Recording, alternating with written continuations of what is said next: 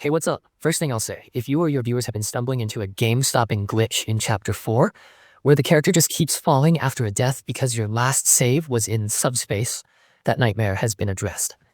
The devs patched the exact situation where, if you died in that boss fight and your most recent save point was inside the subspace area, Romeo would enter an endless fall and the game would become effectively unplayable.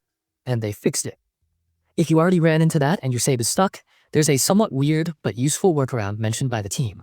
Letting Romeo fall to his death once after the update should restore normal progress, so you don't necessarily have to start over from scratch.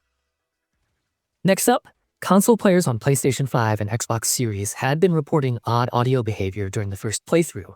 Missing background music, muffled tracks, little moments where the sound didn't pop the way it should.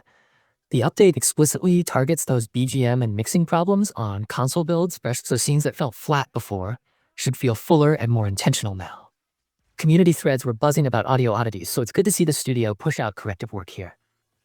PC players on Steam got a fairly technical set of fixes that are actually pretty important if you care about performance or tinkering with upscaling.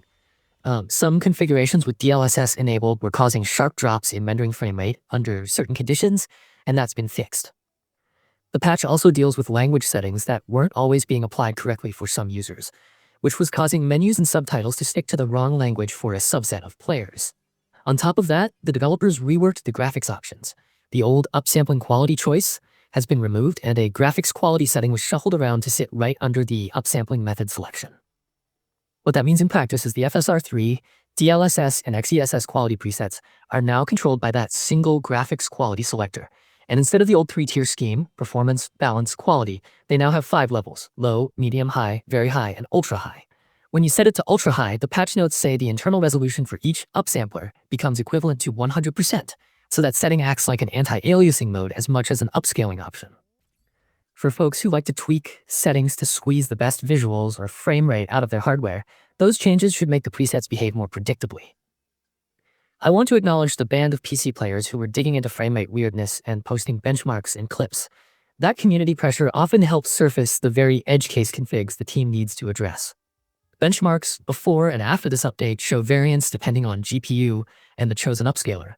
But the core takeaway is that DLSS-related performance cliffs under certain edge conditions were actively fixed in this update. If you've been experimenting with balanced or quality modes and seeing inconsistent results, try toggling the new graphics quality tiers to see how they map to your upscaler of choice now. There's one more quality of life item mentioned by the studio. Some trophy progression issues on PlayStation 5 tied to count-based achievements are still being tracked, and a separate fix is planned for a future update. So if someone is grinding trophies and they notice counters aren't bumping as expected, that's something the team knows about and will address in another release. It's respectful of the developers to call that out publicly so players know they're not imagining the problem. I'll also point out an important practical detail for anyone who records their playthroughs. If you were mid-boss and captured footage of the infinite fall bug, that footage might now be a useful piece of content to illustrate the pre-patch behavior and then contrast with the post-patch smoothness, not as a call to action, just as a creative idea for editors who like showing fixed timelines.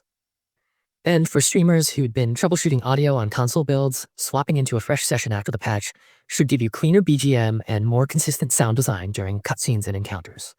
The community has been quite vocal about both performance and audio problems, and this patch seems designed to respond to those very concrete complaints.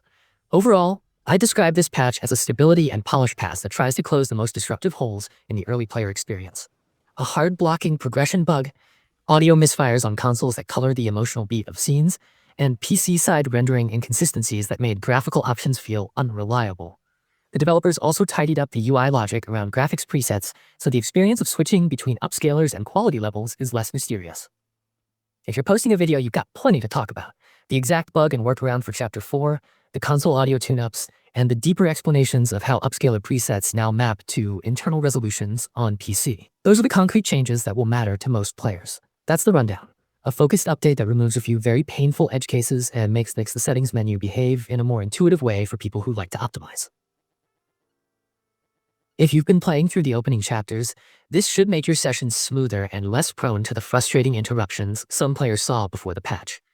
Thanks for listening, and enjoy the smoother ride if you jump back in.